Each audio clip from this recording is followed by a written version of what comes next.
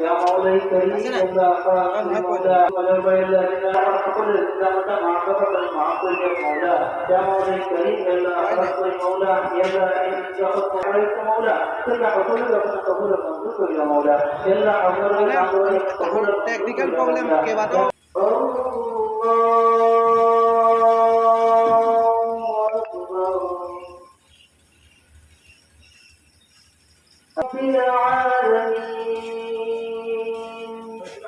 الرحمن الرحيم مالك يوم الدين اهدنا الصراط المستقيم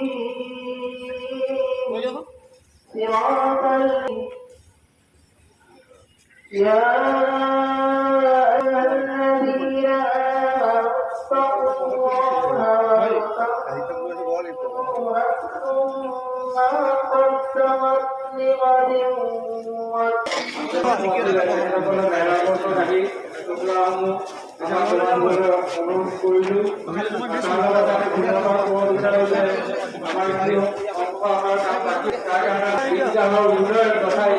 আৰু আমাৰ যিসমূহ অস্থায়ী আমাৰ কাষত দিয়া আছে পুঁজি সংগ্ৰহৰ তাত আপোনালোকে ইমাম চাহেব স্বামী ইমাম তেজ ইমাম চাহেব স্বামী ইমাম চাহেব আৰু কেন্দ্ৰীয় কাৰ্যকৰী কমিটি ইমাম চাহেবলৈ নাজানা গ্ৰহণ পাৰিব আৰু তাৰ লগতে আপোনালোকে গুগল পে যোগেৰেও তাত নাজানা আগবঢ়াব পাৰিব।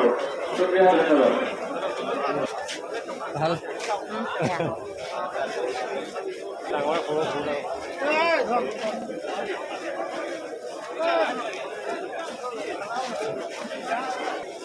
প্ৰথমে যোৰহাট ঈদগাহ সমিতিৰ ফালৰ পৰা যোৰহাট কেন্দ্ৰীয় ঈদগাহ সমিতিৰ ফালৰ পৰা সমগ্ৰ অসমবাসী তথা আপোনালোকৰ সকলো সংবাদকৰ্মী সকলো হাউচৰ সকলোজন ব্যক্তিলৈ আমি ঈদৰ আন্তৰিক শুভেচ্ছা জ্ঞাপন কৰিছোঁ। তাৰ লগতে এই ত্যাগৰ উৎসৱত যাতে আজি ইমাম চাহেবেও সেই বিষয়ে দোৱা কৰিছে যাতে শান্তি সম্প্ৰীতি আমাৰ অটুট থাকে, সকলো ধৰ্মাৱলম্বী লোক যাতে আমি একত্ৰিত হৈ সদায় আগুৱাই যাব পাৰোঁ, অসমখন যাতে সদায় চিৰসেউজ হৈ থাকে তাৰ বিষয়ে মহান আল্লাহৰ ওচৰত দোৱা কৰিছে।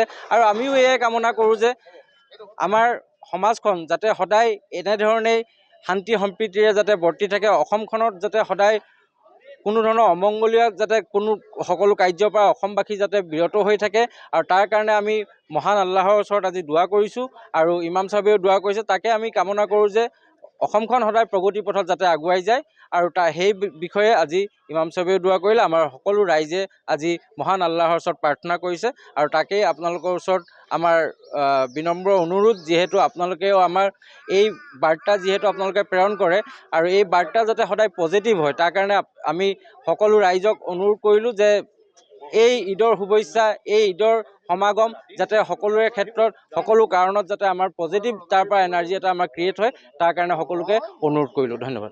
আসসালামু আলাইকুম।